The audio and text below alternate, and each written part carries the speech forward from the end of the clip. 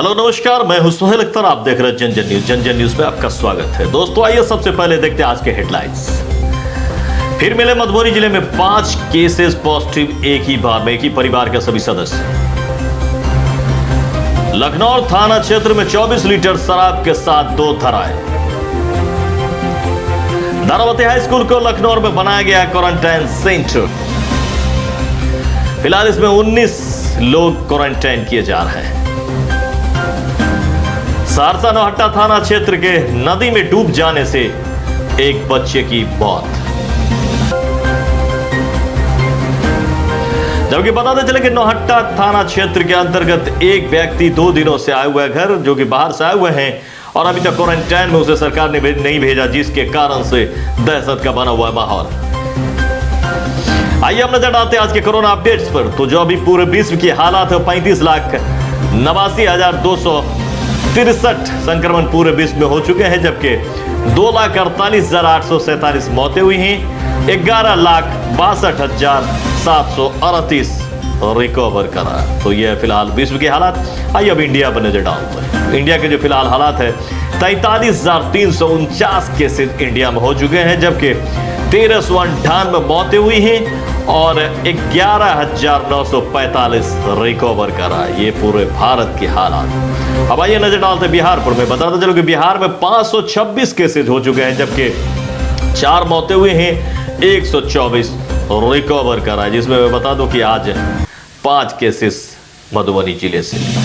अभी तक मधुबनी में टोटल 23 केसेस हो चुके हैं, जबकि दरभंगा में 5, सारण में 8 और समस्तीपुर ने भी आज खाता खोल लिया। समस्तीपुर में भी 1 केस मिलने से हरकंप मचा हुआ है। जिले में प्रवेश कर गया कोरोना। तो ये था आज का कोरोना अपडेट्स। खबरें विस्तार से। तो जैसा कि आप सभी को बताते चले कि आज फिर से जिले में 5 केसेस पॉजिटिव हो गए। आप सभी को पता है कि पट्टी टोला झंझारपुर में पट्टी टोल में 5 केसेस पॉजिटिव आया। सभी एक ही परिवार के हैं। ये 25 अप्रैल को नोएडा से झंझारपुर आए थे किसी भोज में शामिल होने, और उनको ये प्रॉब्लम हो गया और ये पॉजिटिव हो गए। हालांकि उन्होंने बताया कि उन्होंने क्वारंटाइन करा था, वहां भी 20 दिनों का क्वारंटाइन करा था, यहाँ भी होम क्वारंटाइन में ही थे, लेकिन उनकी जब सैंपल भेजी गई तो पॉजिटिव आया।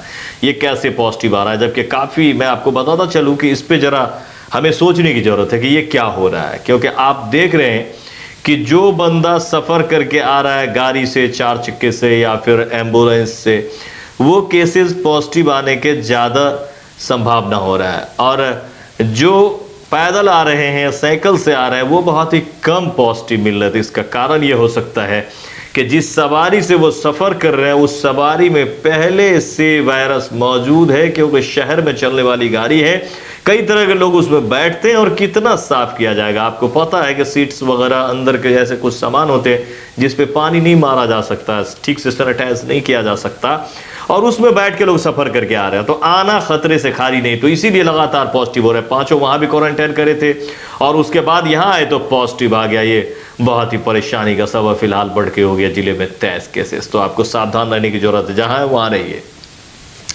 इस बीच में बताता चलूं कि लखनऊ थाना अंतर्गत दीप से 2 व्यक्ति को 24 लीटर देसी शराब के साथ गिरफ्तार करके जेल भेज दिया गया है, जबकि एक मोहम्मद सिद्दीक है और दूसरा कुद्दूस। ये दोनों दीप के रहने वाले हैं, और दोनों को जो है गुप्त सूचना के आधार पर पुलिस ने छापेमारी करके लखनऊ पुलिस ने इसे शराब के साथ धराया, देसी शराब के साथ पकड़ा गया और उसे जेल भेज दिया गया है। तो जबकि बताते चला आपको कि दारावती हाई स्कूल में बनाया गया है क्वारंटाइन सेंटर। यहाँ पे अभी 19 आदमी को क्वारंटाइन में रखा गया है। ये सभी बाहर से आए हुए व्यक्ति हैं। इस इलाके में जितने भी लखनऊ में अब नए लोग आ रहे हैं, बहुत बड़ी ये जगह है। यहाँ पे खाने पीने का भी इंतज़ाम किया गया है, और बड़ा रूम भी बहुत ज़्यादा है, तो लोगों को सही से अलग अलग रहने का इंतज़ाम किया गया है। लॉक्ड रखा जाता है वहाँ पे। स्टाफ 24 आवर्स जो है वहाँ पर मजिस्ट्रेट भी रखे गए हैं, जो कि उनका पूरा ख्याल रखते हैं, खाने पीने से लेकर के और नहाने तक का पूरा ख्याल रखा जाता है, और पूरे सोशल डिस्टेंसिंग का ख्याल रखा जाता है। इसी बीच में बताता चलो कि आज भी 3 या 4 लोग आए, जिसमें से गंगापुर के मुखिया ने 2 को ला करके दिया। आप लोग खुद सजग हैं, लोग खुद ही घर जाने से पहले क्वारंटाइन होना पसंद कर रहे हैं। जबकि एक बस से आया था दिल्ली से, उसको भी क्वारंटाइन में यहाँ रखा गया। दिल्ली वगैरह से वो पैदल आ रहा था या किसी साइकिल से आ रहा था, तो रास्ते में बस आ रही थी, उस बस ने उसे बिठा लिया और यहाँ पे क्वारंटाइन में छोड़ दिया है। तो यहाँ बनाया गया है, फिलहाल क्वारंटाइन किया जा रहा है। ये अच्छी खबर है लखनऊ के लिए।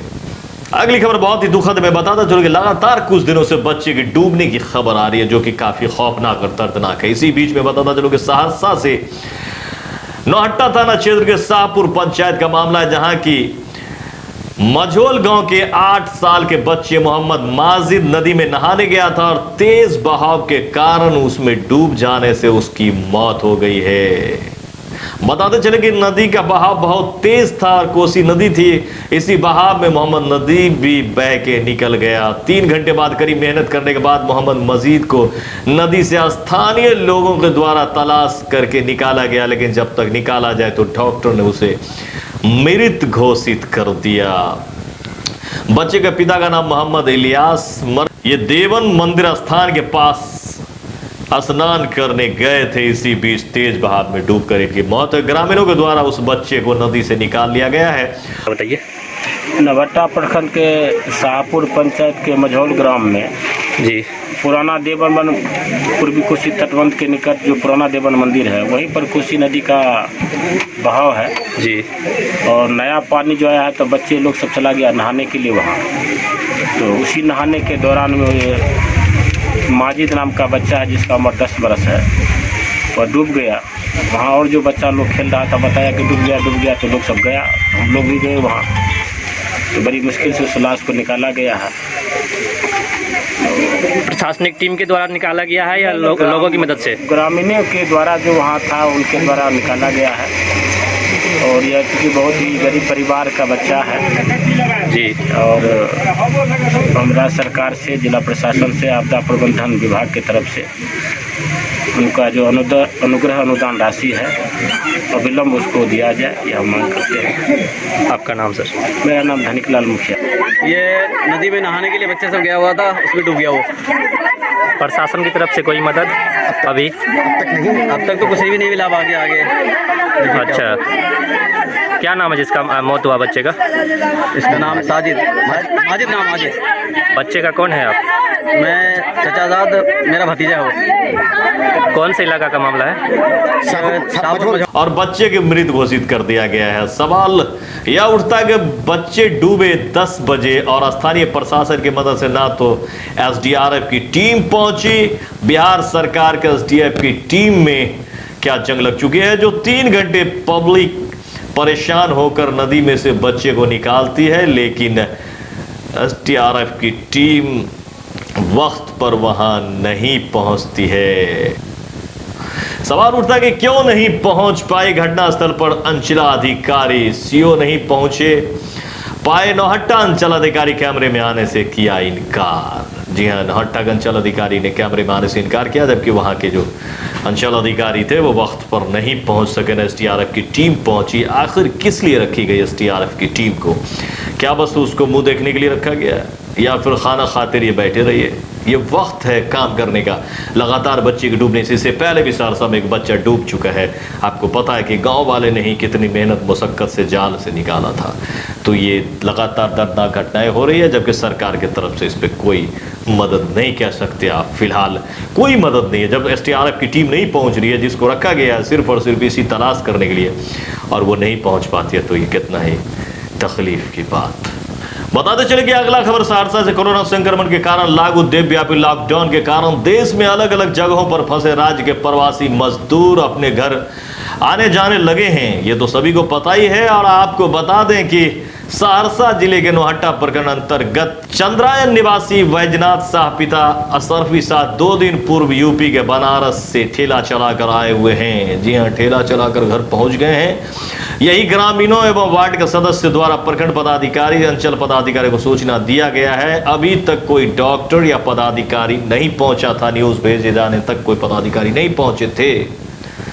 ग्रामीणों का कहना है कि 2 दिन पूर्व आए हुए प्रवासी मजदूर न तो उसकी जांच हुई है, न ही उसको आइसोलेशन वार्ड में रखा गया है। गांव में खुलेआम घूम रहा है, लोगों में अफरा तफरी का माहौल बना हुआ है, लेकिन प्रशासन के कानों में जू तक नहीं रेंग रही है। ऐसे में हम लोग कैसे सुरक्षित? देखिए, बाहर से बनारस तरफ से जो है सो एक प्रवासी मजदूर गांव आया है। अशरफी साहु का बेटा है, बैद्यनाथ साहु उसका नाम है, जिसकी सूचना यहाँ के जनता, यहाँ के ग्रामीण, यहाँ के 14 नंबर के वार्ड सदस्य अपने मुखिया को दिए। मुखिया जी ने इस सूचना प्रखंड विकास पदाधिकारी को दिए। आज तक 24 घंटा से ज़्यादा हो चुका है, लेकिन प्रखंड विकास पदाधिकारी या किसी आला अधिकारी ने इसकी सुधि नहीं ली है। गांव में लोगों में दहशत व्याप्त है, अफरा तफरी का माहौल है, खुलेआम रोड सड़क पर जो है घूम रहा है। लोगों को भय है कि कहीं प्रवासी आने से जो है सो कोई खतरा न हो जाए। क्या? मेरा नाम श्रीकांत झा है, वार्ड नंबर 13। मैं पूर्व में विधायक प्रतिनिधि रह चुका हूँ। नाथ शाह पिता अशरफी शाह, जो कि यूपी बनारस से 2 दिन पहले आए हुए हैं, ठीक, जो कि मुखिया जी वार्ड सदस्य को इन्फॉर्मेशन करते हुए अभी तक कोई इसका मतलब चेकअप करने के लिए कोई पदाधिकारी या ऑफिसर अभी तक नहीं पहुंचे हैं। गाँव में अफरा तफरी मतलब एक दूसरे में भयावह है कि कोरोना संक्रमण का तो शिकार नहीं है, इसीलिए अफरा तफरी गाँव में हो रहा है। तो रहे एक सवाल और घेरे में आ रहा है कि सरकार ने जो प्ले स्टोर पर वेबसाइट बनाई है आयुष सेतु का, चंद्रयान चौक पर आयुष सेतु, जब लॉगिन किया गया तो 1 किलोमीटर का रेंज दिखा रहा है कोरोना पॉजिटिव। सोच लीजिए, जबकि सहरसा में अभी तक आया नहीं है, लेकिन वो ऐप बता रहा है कि 1 किलोमीटर के अंदर में कोरोना पॉजिटिव कोई न कोई आपके अंदर में है। तो लोग ऐसे आए हुए हैं और सरकार के नज़र में अभी तक नहीं है। ये हकीकत में बहुत ही परेशानी का सबब है कि हमारे और आपके गांव में कोई आ रहा है और वो हमें पता भी नहीं चल रहा है कि कौन है, क्यों आया, किस लिए आया।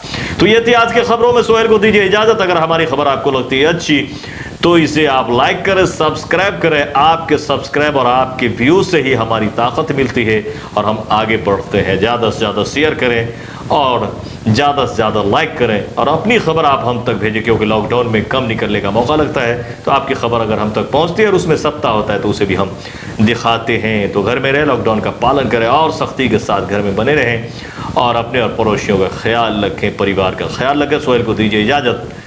नमस्कार।